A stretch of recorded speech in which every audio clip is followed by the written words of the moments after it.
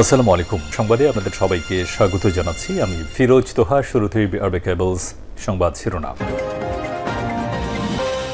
বাংলাদেশের সর্বশেষ গুরুত্বপূর্ণ আপডেট সংবাদ আপনাকে স্বাগত। শুরুতেই সংবাদ শিরোনাম, পরে বিস্তারিত। শুরুতেই জানাবো, মার্কিন যুক্তরাষ্ট্রের শুল্ক ইস্যুতে জরুরি সভা ডেকেছেন প্রধান উপদেষ্টা। মার্কিন শুল্ক ইস্যু নিয়ে আলোচনার জন্য রাষ্ট্রীয় অতিথি ভবন যমুনায় একটি জরুরি সভার আহ্বান করেছেন প্রধান উপদেষ্টা অধ্যাপক ডক্টর মোহাম্মদ ইউনূস। শনিবার 5 এপ্রিল সন্ধ্যা 7টায় এ সভা অনুষ্ঠিত হবে। এরপর জানাবো, ডক্টর ইউনূস এবং মোদির বৈঠক বাংলাদেশের ভারত পুরনো বন্ধুত্বের কতটা নবায়ন হলো।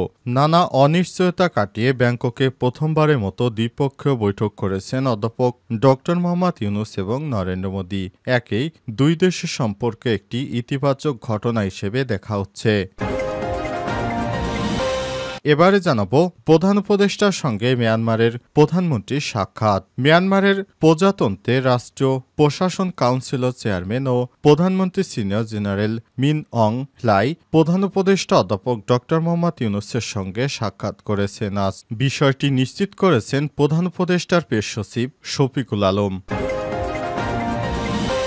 এদিকে শরীয়তপুরে দুই পক্ষের সংঘর্ষ, শতাধিক ককটেল বিস্ফোরণ। শরীয়তপুরের জাজিরা উপজেলা আধিপত্য বিস্তারকে কেন্দ্র করে দুই পক্ষের মধ্যে ব্যাপক সংঘর্ষের ঘটনা ঘটেছে। সময় কমপক্ষে 100 ককটেল বিস্ফোরণ ঘটানো হয়েছে আজ।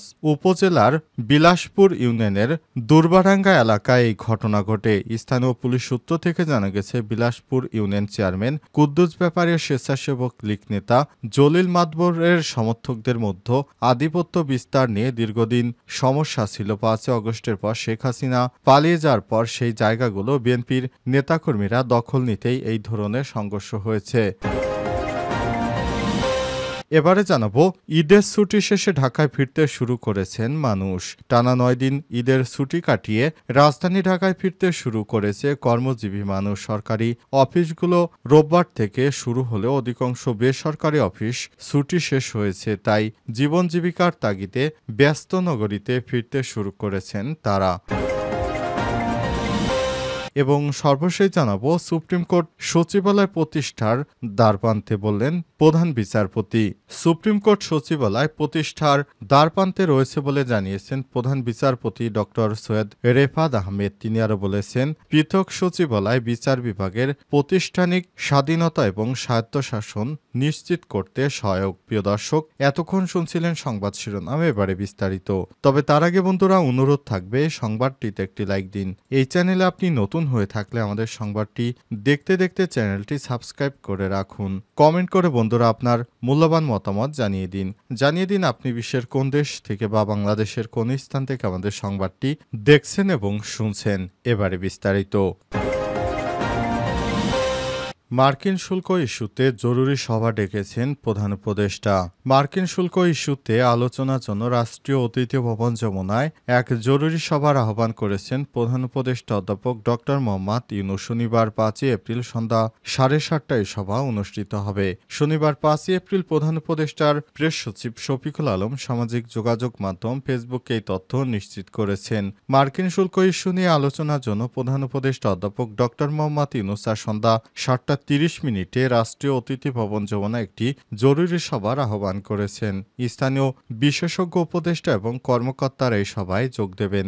এর আগে ব্যাংককে বিমস্টেক সম্মেলনে থাকা অবস্থায় যুক্তরাষ্ট্রের শুল্ক আরোপ নিয়ে বৃহস্পতিবার ডক্টর ইউনূসের বরাত দিয়ে প্রধান উপদেষ্টার প্রেস সচিব শফিকুল আলম জানিয়েছিলেন, যুক্তরাষ্ট্র সরকারের সঙ্গে আলোচনার মাধ্যমে শুল্ক ইস্যু সমাধানের ইতিবাচক অগ্রগতি হবে। প্রধান উপদেষ্টা বলেছেন, আমরা বিষয়টি পর্যালোচনা করছি, যেহেতু একটি আলোচনাযোগ্য তাই আমরা আলোচনা করব এবং আমি নিশ্চিত যে আমরা সর্বোত্তম সমাধানে পৌঁছতে পারব।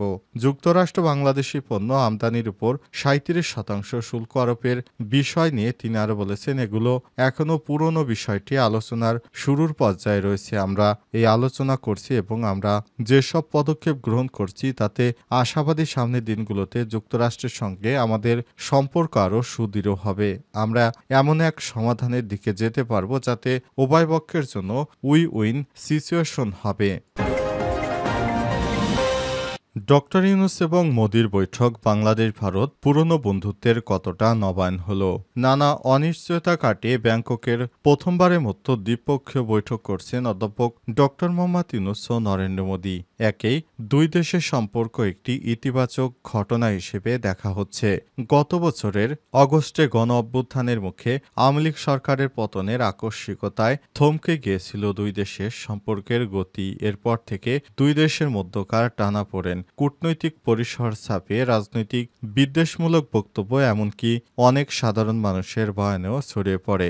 ডক্টর মোহাম্মদ ইউনূস ও নরেন্দ্র মোদির শুক্রবারের বৈঠকটিকে কয়েক মাস ধরে চলে আসা সেই টানাপোড়েন থেকে উত্তরণের সুযোগ বলে বর্ণনা করেছে বিশ্লেষকরা। তবে দুই দেশেরই অপরপক্ষের পছন্দের নয় এমন দু একটি প্রসঙ্গের অবতারণা করেছে শীর্ষ বৈঠকে। মূলত বাংলাদেশের শেখ হাসিনা পতনের আগ থেকে ভারত বিরোধী প্রচারণা দানা বাঁধছিল। এর মধ্যে ক্ষমতাচ্যুত হয়ে শেখ হাসিনার আশ্রয় নেয় ভারতে। ফলশ্রুতিতে তার দলকে বিতর্কিত নির্বাচনের মধ্য দিয়ে ক্ষমতায় থাকতে সহায়তা করার যে অভিযোগ ভারতের বিরুদ্ধে তোলা হতো সেটি আরও বেশি করে সামনে আসে। এছাড়াও সীমান্তে হত্যা বন্ধ করা, বিভিন্ন নদীর পানি বণ্টন, ন্যায্যতার দাবিতে ভারতের বিপক্ষে বাংলাদেশের রাজনৈতিক পরিসরে বরাবরই আওয়াজ উঠতে দেখা গেছে। অন্যদিকে বাংলাদেশের সংখ্যালঘু নির্যাতনের অভিযোগ তুলে বারংবার উদ্বেগ প্রকাশ করেছে দিল্লি। সেই অভিযোগের বাস্তবায়ন নিয়েও ঢাকায়ও প্রশ্ন তুলেছে বিভিন্ন সময়। ভারতের জন্য স্পর্শকাতর ইস্যু সেভেন সিস্টার্স বা উত্তর পূর্বাঞ্চল রাজ্যগুলো নিয়ে বাংলাদেশের অন্তর্বর্তীকালীন সরকারের প্রধান উপদেষ্টা সহ অনেকেই বিভিন্ন বিষয় ভিন্ন ভিন্ন ইস্যুতে কথা বলেছেন, যা ভালোভাবে নেয়নি দিল্লি। সর্বশেষ ২৮শে মার্চ ডক্টর মোহাম্মদ ইউনূস তার প্রথম চীন সফরের সময় তার বক্তব্যে সেভেন সিস্টার্সের সঙ্গে টানেন। এতে বেশ প্রতিক্রিয়া দেখা যায় ভারতের, যদিও পরে তাদের পক্ষ থেকে ব্যাখ্যা দেওয়া হয়েছে যে তিনি কানেক্টিভিটির পটভূমির কথা বলেছিলেন। এমন প্রেক্ষাপটের উপর দাঁড়িয়ে ব্যাংককের বিমস্টেক সম্মেলনে সাইডলাইনে বৈঠকে বসেন ডক্টর মোহাম্মদ ইউনূস ও নরেন্দ্র মোদি। এ সময় নরেন্দ্র মোদির হাতে একটি ছবি উপহার হিসেবে তুলে দেন বাংলাদেশের প্রধান উপদেষ্টা প্রফেসর ডক্টর মোহাম্মদ ইউনূস। প্রধান উপদেষ্টার সঙ্গে মিয়ানমারের প্রধানমন্ত্রীর সাক্ষাৎ। মিয়ানমারের প্রজাতন্ত্রের রাষ্ট্রীয় প্রশাসন কাউন্সিলের চেয়ারম্যান এবং প্রধানমন্ত্রী সিনিয়র জেনারেল মিন অং হাইং প্রধান উপদেষ্টা অধ্যাপক ডক্টর মোহাম্মদ ইউনূসের সঙ্গে সাক্ষাৎ করেছেন। আজ থাইল্যান্ডের ব্যাংককে ষষ্ঠ বিমস্টেক শীর্ষ সম্মেলনের ফাঁকে তিনি সাক্ষাৎকার করেন। শনিবার ৫ই এপ্রিল জানিয়েছেন প্রধান উপদেষ্টার উপপেশ সচিব আবুল কালাম আজাদ মজুমদার। বার্তায় তিনি জানান, অধ্যাপক ডক্টর মোহাম্মদ ইউনূস ২৮শে মার্চ ভূমিকম্পে প্রাণহানির ঘটনায় মিয়ানমারের জনগণের প্রতি সমবেদনা এবং সহানুভূতি প্রকাশ করেছেন। সাক্ষাৎকালে দুর্যোগের প্রতিক্রিয়ায় মিয়ানমার বাংলাদেশি উদ্ধারকারী দল মোতায়েনের পাশাপাশি বাংলাদেশের দেওয়া মানবিক সহায়তা নিয়ে আলোচনা করেছেন। এ সময় অধ্যাপক ডক্টর মোহাম্মদ ইউনূস বলেছেন, আমরা আরও মানবিক সহায়তা প্রদানের জন্য প্রস্তুত, আমাদের জাহাজও প্রস্তুত। মিয়ানমারের প্রধানমন্ত্রী বিমস্টেকের চেয়ারম্যানের দায়িত্ব গ্রহণের জন্য অধ্যাপক ডক্টর ইউনূসকে অভিনন্দন জানিয়েছেন। তিনি আশা প্রকাশ করেছেন বাংলাদেশের নেতাদের সঙ্গে আঞ্চলিক গোষ্ঠীটি একটি নতুন গতিশীল সাক্ষী হবে। ডক্টর ইউনূসকে তারা বাংলাদেশের প্রধান উপদেষ্টা হওয়ার জন্য ধন্যবাদ জানিয়েছেন। এ সময় তারা জানিয়েছেন, মিয়ানমার তাদের প্রতিবেশী রাষ্ট্র, মিয়ানমারও সবসময় বাংলাদেশের উন্নয়নে সহযোগী হতে চায়। সুতরাং অন্তর্বর্তীকালীন সরকার আপনাকে ধন্যবাদ। মিয়ানমারে সহায়তা প্রদানের জন্য আমরাও আপনার পাশে আছি। শরীয়তপুরে দুই পক্ষের সংঘর্ষ, শতাধিক ককটেল বিস্ফোরণ। শরীয়তপুরের জাজিরা উপজেলা আধিপত্য বিস্তারকে কেন্দ্র করে দুই পক্ষের মধ্যে ব্যাপক সংঘর্ষ হয়েছে। শনিবার ৫ই এপ্রিল সকালে উপজেলার বিলাসপুর ইউনিয়নে এই ঘটনা ঘটে। জানা গেছে, দীর্ঘদিন ধরে আওয়ামী লীগ সরকার পতনের পর আওয়ামী লীগের নেতাকর্মীরা পলাতক ছিলেন। বর্তমানে অনেকেই এলাকায় এসে তারা আবারও প্রভাব বিস্তার করতে শুরু করেছে। এদিকে ৫ই আগস্টের আগে বিএনপির অনেক নেতাকর্মী এলাকায় থাকতে পারেনি, কিন্তু ৫ই আগস্টের পর তারা এলাকায় রয়েছে বর্তমানে এবং আওয়ামী লীগের দীর্ঘদিনের সঙ্গে যে তাদের যে শত্রুতা ছিল সেই বিষয়টিকে সামনে এনেই সেখানে এই সংঘর্ষের ঘটনা ঘটেছে। বিএনপি চাইছে বিভিন্ন বালুর মাঠ সহ বিভিন্ন জায়গাগুলো দখলে রাখতে। অপরদিকে আওয়ামী লীগের নেতাকর্মীরাও তাদের সেই আগের মতো প্রভাব বিস্তার করতে চাইছে। তারা এখনো আগের মতোই সমস্ত কিছু তারা নিয়ন্ত্রণ করতে চাইছে। এই বিষয়টি নিয়ে আওয়ামী লীগ ও বিএনপির নেতাকর্মীদের মধ্যে দফায় দফায় সংঘর্ষ হয়েছে। এই সংঘর্ষের ঘটনায় এ পর্যন্ত ৫০-১০০-র বেশি ককটেল বিস্ফোরণের ঘটনা ঘটেছে। জানা গেছে দফায় দফায় সংঘর্ষে এ পর্যন্ত অন্তত ৫০ জন মানুষ আহত হয়েছে। আহতদেরকে সদর হাসপাতালে ভর্তি করা হয়েছে। এ বিষয়ে প্রশাসনের ঊর্ধ্বতন কর্মকর্তারা জানিয়েছে, বিষয়টি নিয়ে থানায় এখনো কেউ অভিযোগ করেনি। তবে এলাকায় অতিরিক্ত পুলিশ মোতায়েন করে সংঘর্ষ থামানোর জন্য চেষ্টা করা হচ্ছে।